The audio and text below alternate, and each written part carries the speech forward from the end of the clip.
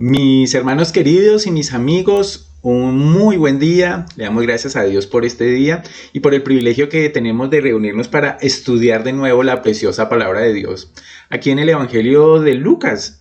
Y continuamos en este viaje que nos está narrando Lucas, específicamente en el camino del Señor hacia Jerusalén y hacia lo que será la cruz del Calvario. Y en medio de este viaje se nos presentan esas escenas tan hermosas de encuentro, de enseñanza, de reprensión. Y aquí en el capítulo número 11, después de haber visto y meditado sobre la enseñanza de Jesús, sobre la importancia de la oración y el método de la oración, nos encontramos con una escena que hace varias semanas estamos meditando. Y es la escena que surge a partir del versículo 14 de este capítulo 11, alrededor de un milagro de expulsión de demonio de un hombre mudo que realizó el Señor, aparentemente en presencia de varias personas. Y empezamos a ver cómo fue la reacción de estos hombres, especialmente hombres con autoridad religiosa dentro del ámbito de Israel, que señalaron al Señor primero de que ese poder con el que él realizaba los milagros pues no era un poder de Dios, sino se lo atribuyeron directamente a Satanás. Y segundo, le pedían al Señor mayor evidencia de su poder, mayor evidencia de quién era él, una señal más maravillosa. El Señor está en medio de todos estos versículos, a partir del versículo 17, donde el Señor les dice que Él conocía sus pensamientos y les da una respuesta con mucho sentido común, un argumento muy fuerte acerca del reino de Dios y del reino de las tinieblas y como un reino pues no se puede atacar a sí mismo, sería muy ilógico. Y el Señor va a reforzar todas esas enseñanzas mostrando la esencia del pecado de cada uno de estos hombres que lo rechazaban y era un problema del corazón. Y la semana pasada estuvimos meditando acerca de la respuesta del Señor para los que demandaban señal y cómo el Señor confronta fuertemente y confronta con juicio a todos aquellos que están ciegos voluntariamente ante la evidencia clara de quién es Jesús, de cómo sus obras respaldan su mensaje, de cómo Él ha sido enviado por el Padre, de cómo Él mismo muestra las obras del Padre y su mensaje es del Padre, y Él mismo es Dios. Y continúa el pasaje planteándonos unos versículos bien hermosos, una ilustración hermosa, como las hermosas ilustraciones que vienen de parte de Jesús en todos los evangelios. Vamos a leer desde el versículo 33 y terminar este pasaje en el versículo 36. En la Biblia de las Américas dice así. Dice el Señor, nadie cuando enciende una lámpara la pone en un sótano ni debajo de un almud, sino sobre el candelero, para que los que entren vean la luz. La lámpara de tu cuerpo es tu ojo. Cuando tu ojo está sano, también todo tu cuerpo está lleno de luz. Pero cuando está malo, también todo tu cuerpo está lleno de oscuridad. Versículo 35. Mira pues que la luz que en ti hay no sea oscuridad. Así que si todo tu cuerpo está lleno de luz, sin tener parte alguna en tinieblas, estará totalmente iluminado como cuando la lámpara te alumbra con sus rayos. Que el Señor bendiga su santa palabra, mis queridos hermanos, que la palabra sea hoy penetrando profundamente en nuestros corazones. Y vamos a comenzar hablando de cómo el Señor ilustra su enseñanza en cosas cotidianas, en una experiencia universal, que es la de la luz y la oscuridad, mis hermanos, que vivimos todos los días en este mundo físico. Y esta actividad de la luz y la oscuridad que vemos reflejada en el día y la noche, pues nos permite tener una comprensión de ese concepto de luz y oscuridad para el mundo espiritual, que es muy utilizado por el Señor Jesucristo. Dice el versículo 33. Nadie cuando enciende una lámpara la pone en un sótano ni debajo de un almud, sino sobre el candelero para que los que entren vean la luz. Y Dios usó esta misma frase en el Evangelio de Mateo, por ejemplo, en el Sermón del Monte. Pero fíjate que allí es una aplicación distinta. Mateo 5:15 dice, ni se enciende una luz y se pone debajo de un almud, sino sobre el candelero y alumbra a todos los que están en la casa. ¿Qué nos estaba ya diciendo en Mateo? Incentivando a todos los que hacen parte del reino, a todos los pobres en espíritu, a los que tienen hambre y sed de justicia, a ser un resplandor que es iluminado por el Señor Jesucristo, pero que tiene como objetivo el mundo entero.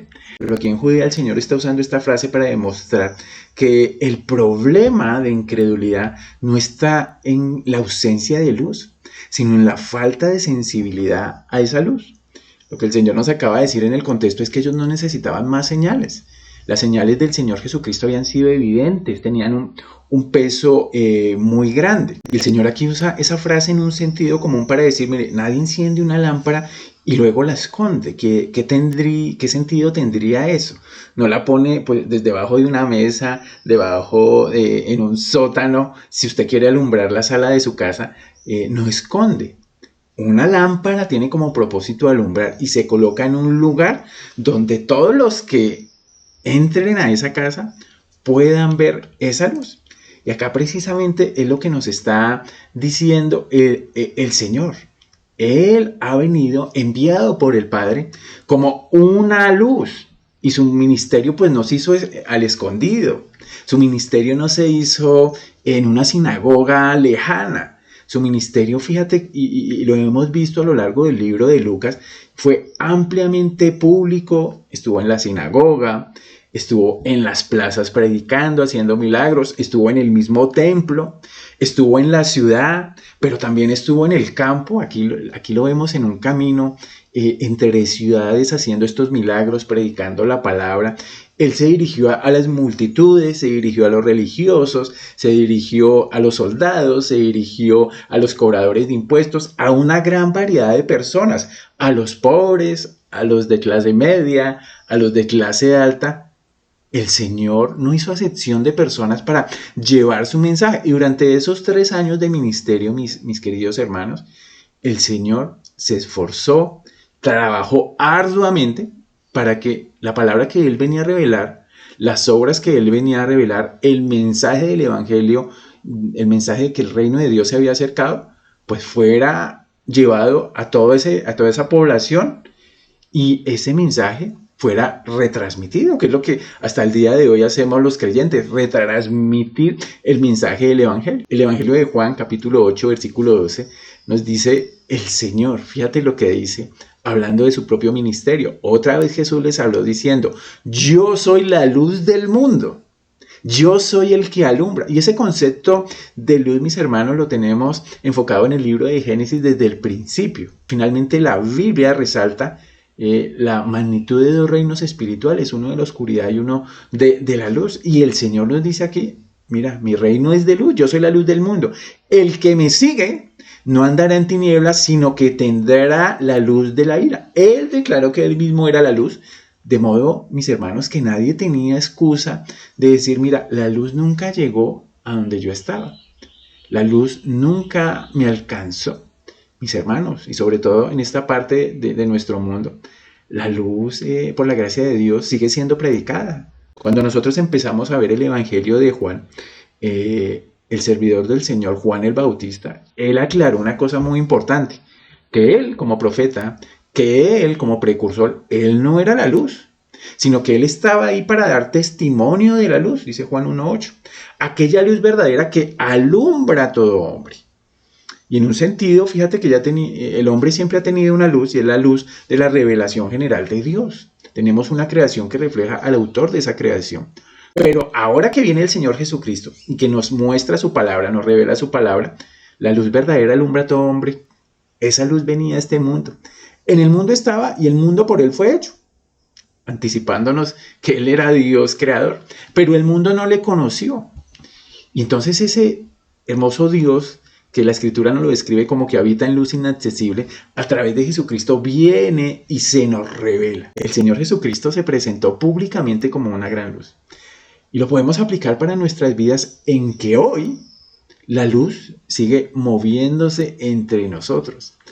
La palabra de Dios finalmente es luz. Estamos estudiando la segunda epístola de Pedro y hace poco meditábamos en que tenemos la palabra profética más segura, segunda de Pedro 1:19, a la cual hacéis bien en estar atentos. Y usa una bonita metáfora, una bonita analogía, como a una antorcha que alumbra en lugar oscuro. Mis hermanos, el Señor Jesucristo No lo tenemos físicamente entre nosotros en este momento. Habita en nuestros corazones, pero físicamente está a la diestra del Padre, actuando como sacerdote.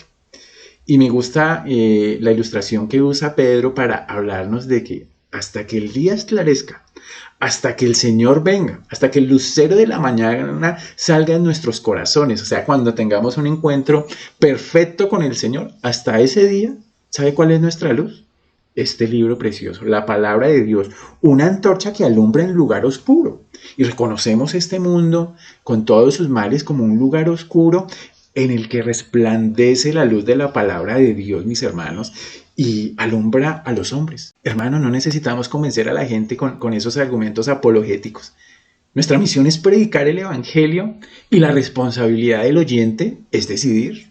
La responsabilidad del oyente es confrontar su propio corazón y nuestra oración está en esperar que el Señor ilumine finalmente ese corazón. Y a veces eso parece como que no encaja muy bien, mis hermanos, pero nuestros pensamientos no son capaces de comprender plenamente los pensamientos del corazón de Dios. Entonces descansamos en la misión que el Señor nos ha dado, pero también descansamos en su soberanía en medio de toda la palabra que sembramos en nuestra propia vida también y en la vida de todas las personas, sobre todo de los que no conocen a Dios. Y a partir del versículo número 34, mis hermanos, vamos a ver lo que le da título a esta enseñanza. 3 reacciones a la luz. La luz que ya vimos es evidente, es mucho más que suficiente. Y la primera reacción es que la luz es rechazada. La segunda reacción es que la luz es confundida. Y la tercera, mis hermanos y demás bendiciones, que la luz es recibida. Y hay grande galardón en recibir la luz del Señor Jesucristo, tanto para que los que no creen vengan a vida, como para nosotros, los que ya hemos creído, sigamos creciendo en el hermoso conocimiento del Señor Jesucristo. Entonces vamos a ver la primera, esa luz rechazada aquí en el versículo 34. Dice el Señor Jesucristo: la lámpara de tu cuerpo es tu ojo. Cuando tu ojo está sano, también todo tu cuerpo está lleno de luz, pero cuando está malo, también todo tu cuerpo está lleno de oscuridad. Y esta declaración, mis hermanos, pues deja ver el meollo, ya lo dijimos, del asunto. ¿Por qué alguien rechaza? ¿Porque no hay suficiente luz? ¿Porque le falta revelación? ¿Porque la Biblia no es suficiente para convencer a alguien? No, mis hermanos, es la falta de sensibilidad, la falta de visión. La luz de la verdad estaba en el tiempo que el Señor Jesucristo habitó entre nosotros en todas partes, pero los espiritualmente ciegos se negaron voluntariamente a ver. No podemos tampoco echarle la culpa al Dios soberano de que ellos no podían ver porque Dios no los dejaba ver, no.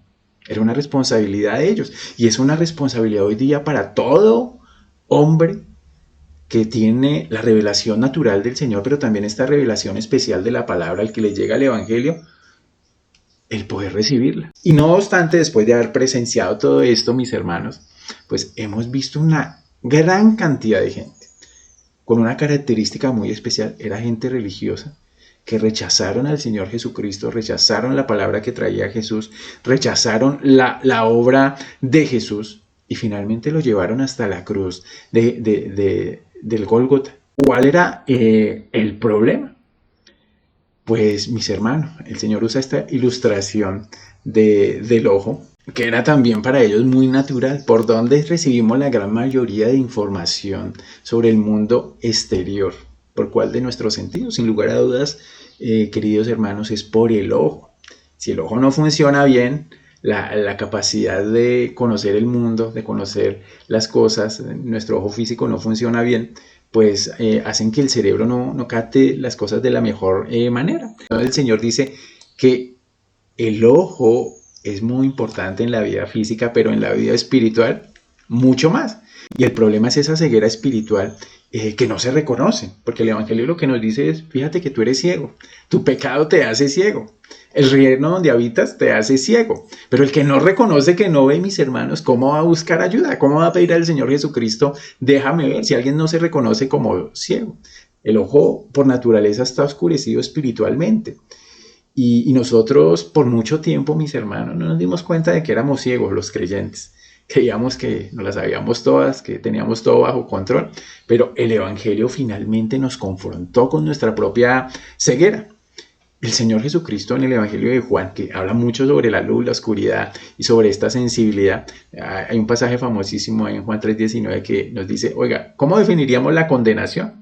El Señor lo dice, y esta es la condenación, que la luz vino al mundo, Jesucristo y los hombres que hicieron, amaron más las tinieblas que la luz. ¿Por qué? Porque sus obras eran malas. Porque en medio de esa oscuridad, mis hermanos, no fueron sensibles a la belleza de la luz que se les estaba revelando delante de ellos. Versículo 20. Porque todo aquel que hace lo malo, o sea que por naturaleza, digámoslo así, en el ejemplo del versículo 34, tiene el ojo mal, un ojo insensible, un ojo que ve nublado, que ve distorsionado o que simplemente ve todo oscuro, el que hace lo malo aborrece la luz y no viene a la luz. ¿Por qué? Bueno, porque no es sensible a ella. ¿Para qué? Para que sus obras no sean reprendidas. Y muchas veces, mis hermanos, la confrontación con el Evangelio nos causa escozor porque nos permite ver todo lo malo que hay en nuestra propia vida, en nuestras propias tendencias, en nuestro propio pensamiento, en nuestra propia incapacidad. Dice el versículo 21 del Evangelio de Juan 3. Mas el que practica la verdad viene a la luz, para que sea manifiesto que sus obras son hechas en Dios. Y este versículo es hermoso porque nos deja ver que lo primero que hay que reconocer es nuestra propia ceguera y nuestra necesidad de que nuestros ojos sean abiertos. Todos los milagros de ciegos que recibieron la vista en la Escritura, mis hermanos, tienen que ver con personas que reconocían la necesidad de alguien que los sanara. Alguien que no se sintiera ciego siéndolo, pues nunca va a buscar a alguien que sane ese ojo. Y mis hermanos, también lo podemos aplicar para los creyentes hoy. Sí, mis hermanos, el ojo es bueno, el cuerpo está lleno de luz, pero si el ojo es malo, el cuerpo está lleno de oscuridad. Y muchas veces aún en la vida de los creyentes, mis hermanos, por nuestro propio pecado, por nuestra propia necedad, nuestro ojo, que tal vez ya ha sido sanado, empieza a nublarse, empieza a endurecerse, empieza a no ver las cosas de la misma manera, empieza a no discernir lo bueno de lo malo, empieza a no tener la capacidad de ser sensible a la palabra de Dios. Entonces seguimos necesitando, mis hermanos, la mano del Señor y el poder del Espíritu en nosotros para que el cuerpo, pues finalmente, no se llene de oscuridad. Porque o el cuerpo está en la luz del Evangelio, mis hermanos, o está en la oscuridad. Aún para el creyente puede pasar que esa insensibilidad llegue al propio corazón y sea llevando a la incredulidad a una persona. Ese es el llamado del Evangelio. Reconoce que eres ciego, y aún para nosotros los creyentes, mis hermanos, estar en alerta para reconocer que aún en áreas de nuestra vida tal vez no vemos exactamente como el Señor quiere que veamos, y necesitamos más de Él, más de su palabra, para que nuestro ojo no tenga miopía espiritual o astigmatismo espiritual, sino tenga una visión 20/20 para ver la hermosura del Señor. Y tiene que ver con el segundo punto que vamos a ver. Es que, mis hermanos, una reacción es también que la luz puede ser confundida, y este es un gran peligro, porque fíjate lo que nos va a decir el versículo número 35, que aquí lo vamos a subrayar de rojito en nuestro texto. Mira pues que la luz que hay en ti no sea oscuridad. Porque, mis queridos hermanos, aquí hay un llamado muy fuerte. La luz, mis hermanos, por muchos de estos religiosos fue mal interpretada. Ellos creían que tenían la luz. El Señor los acusa de una cosa, de ser guías ciegos que guían a otros ciegos. Fariseo ciego. Y recuerde cuando estudiamos Juan 9, cómo después del milagro del ciego, le preguntan al Señor, ¿nosotros somos ciegos acaso?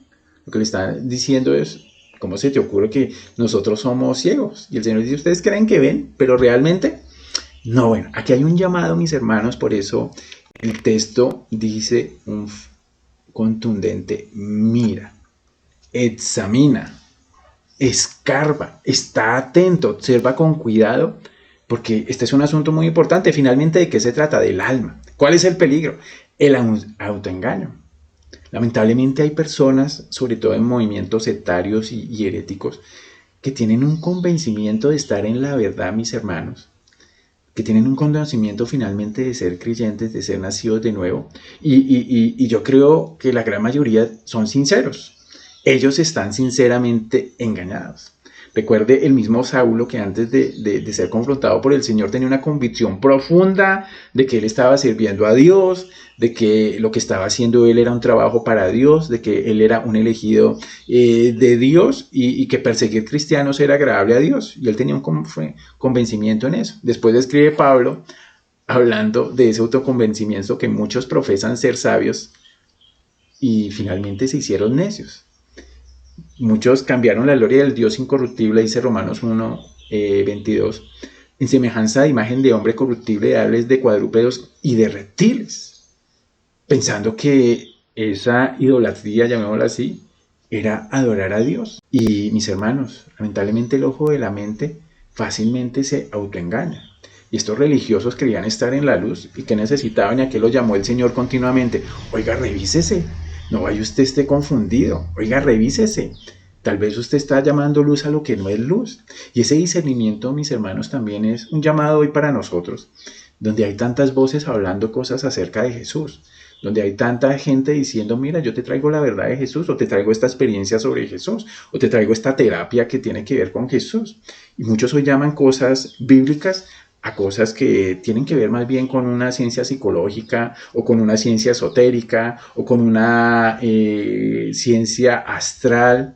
Hay que tener mucho cuidado con eso, mis hermanos, de a qué le llamamos luz y cuál es nuestro punto de referencia, la palabra de Dios. Hay mucho comezón de oír, aún hoy entre creyentes, hay mucho comezón de oír de ciertas revelaciones especiales, de gente que tiene dones especiales, de personas, hombres o mujeres que tienen una experiencia superior a la del nivel del común de los creyentes, según ellos porque tuvieron una revelación especial, pero que si la conformamos con la escritura, si la comparamos con la escritura, mis hermanos, no es tan así, no es una verdad clara.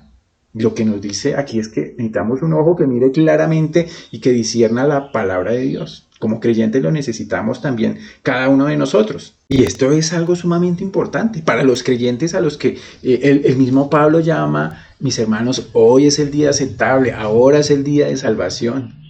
2 Corintios 6:2. Le suplica a los incrédulos, ahí mismo en 2 Corintios 5:20, os rogamos en nombre de Cristo, reconcíliense con Dios. Hay que dejarle claro eso a los que no creen, pero también, mis hermanos, nos hace un llamado a nosotros de que estemos siempre examinando la luz que estamos recibiendo, que estamos llamando verdad.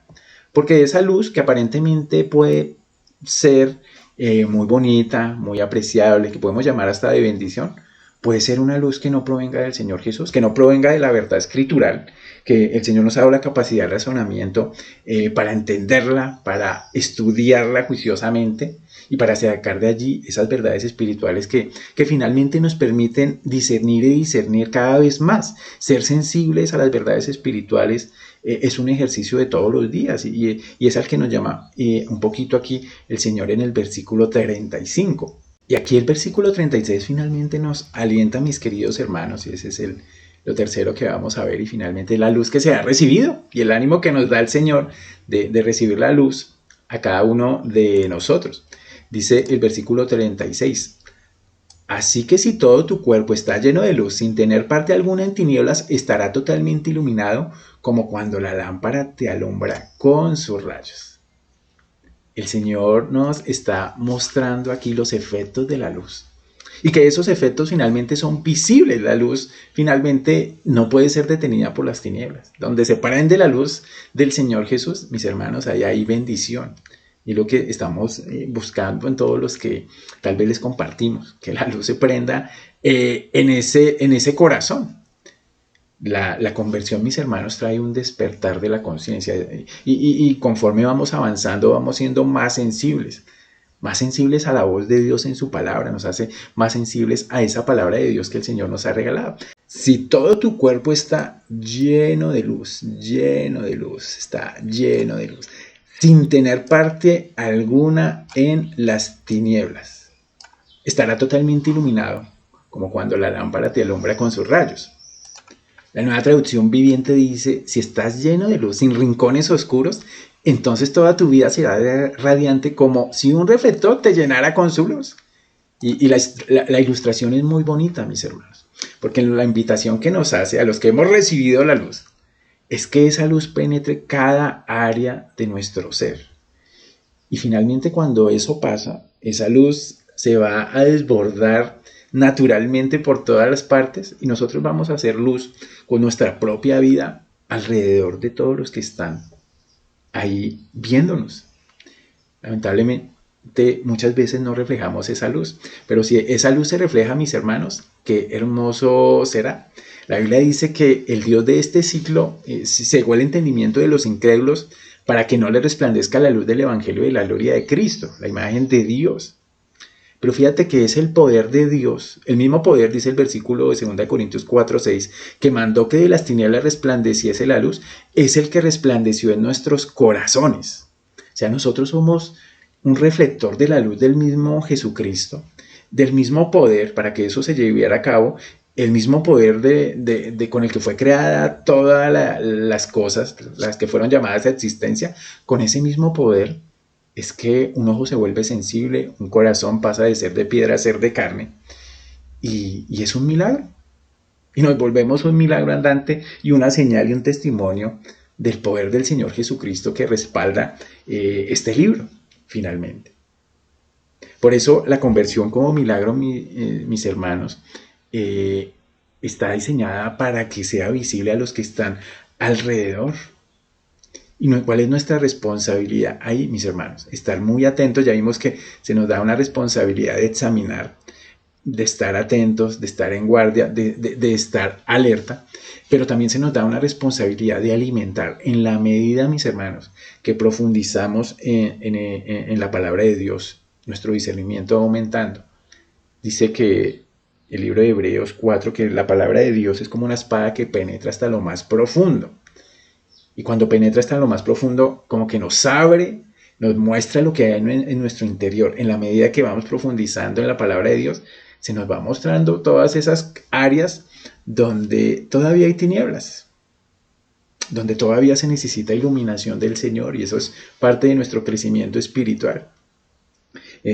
Pablo le dice a los Efesios, capítulo 5, versículo 8, Efesios, ustedes en otro tiempo eran tinieblas, vivían en las tinieblas, no conocían otra cosa que no fueran las tinieblas, mas ahora que hemos recibido la luz, y esa es la bendición de la luz, sois luz en el Señor, le dice a los Efesios y también a nosotros.